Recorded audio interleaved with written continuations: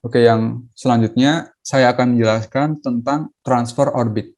Misalkan di sini posisi A itu adalah orbit dari bumi. Ini itu adalah orbitnya bumi.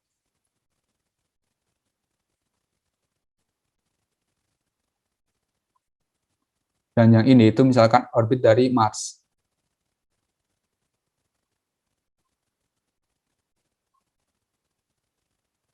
Misalkan Elon Musk itu mengirimkan roket dari bumi ke Mars. Nah, bagaimana cara mengirimkannya? Nah, cara mengirimkannya itu harus menggunakan orbit elips. Nggak bisa mengirimkannya itu seperti ini. Jadi misalkan ini bumi, terus mau ngirim ke Mars gitu. Nggak bisa roketnya itu dikirim seperti ini. Lurus langsung kayak gini nggak bisa. Harus pakai orbit elips. Supaya energi yang dibutuhkan itu minimal.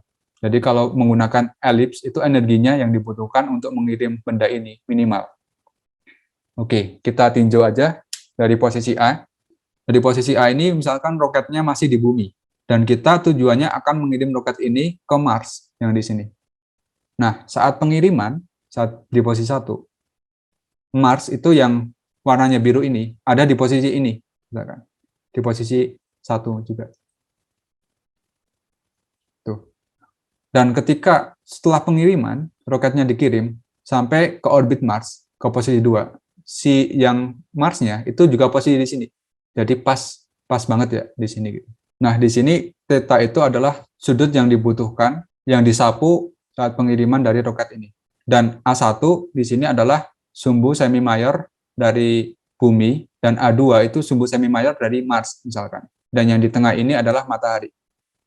Nah, untuk menerbangkan roket ke Mars, kita perlu menentukan dulu konfigurasi elipsnya ini, atau parameter dari elipsnya. Yang garis-garis merah ini kita anggap elips dengan sumbu semi mayor A. Berarti panjang dari atas sampai ke bawah ini itu adalah 2A. 2A ini itu sama dengan A1 ditambah dengan A2.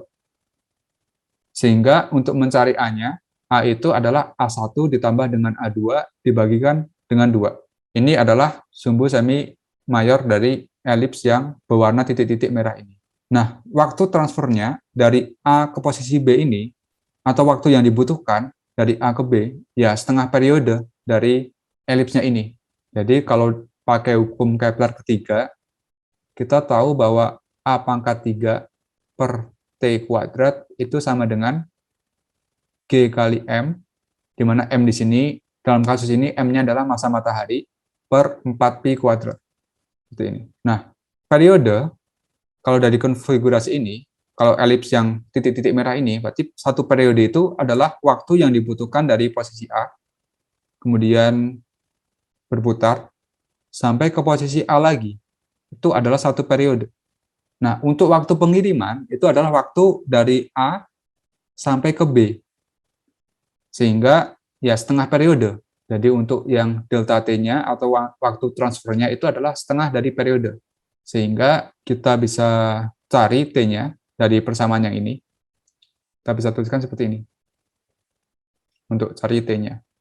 Nah, kemudian kecepatan yang saat di A, kecepatan yang di A ini, itu adalah kecepatan perifokus.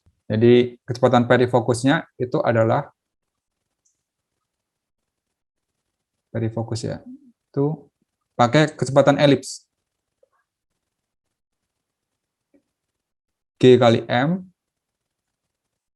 2 per R per A kan. Nah, R-nya itu kan jarak dari sini sampai ke sini. Ini R. Maka R-nya ini sama dengan A1.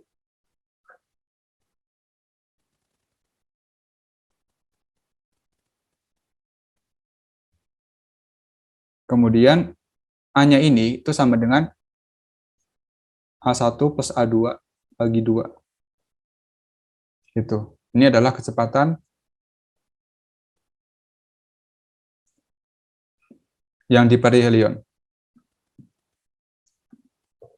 Nah, kita tahu bahwa bumi itu mengitari matahari juga punya kecepatan.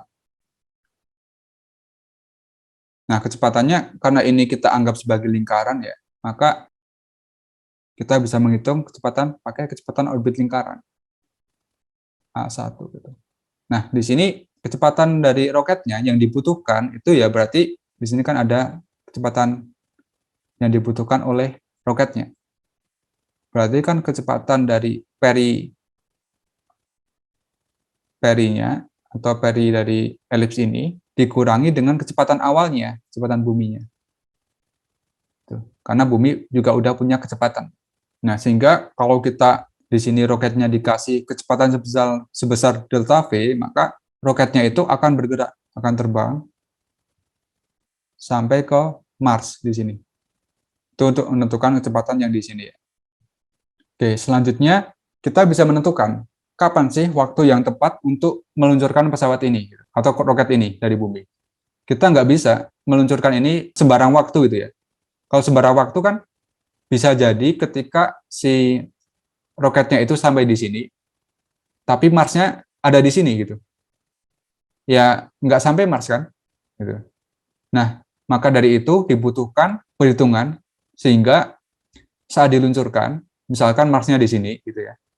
Ini posisi 1 saat diluncurkan. Dan saat tiba di lokasi di Marsnya, di posisi 2 ini, si Marsnya juga ada di sini gitu. Sehingga si roketnya itu sampainya ya di Mars gitu. Nah, kita perlu menentukan sudut theta ini, yaitu sudut yang diperlukan saat kita mengirimkan roketnya gitu. Nah, sudut tetanya ini bisa dihitung dengan cara kita hitung dulu kecepatan sudut dari Mars. Oke, kecepatan sudut yang Mars ini kalau orbitnya lingkaran, maka kita bisa dekatin dengan persamaan ini, kecepatan sudut Mars ini.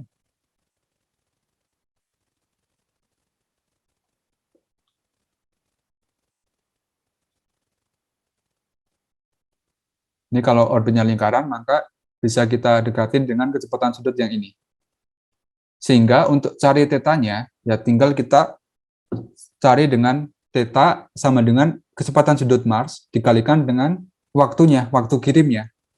Waktu kirim dari 1 sampai ke 2. Di mana waktu kirimnya itu adalah setengah dari periodenya.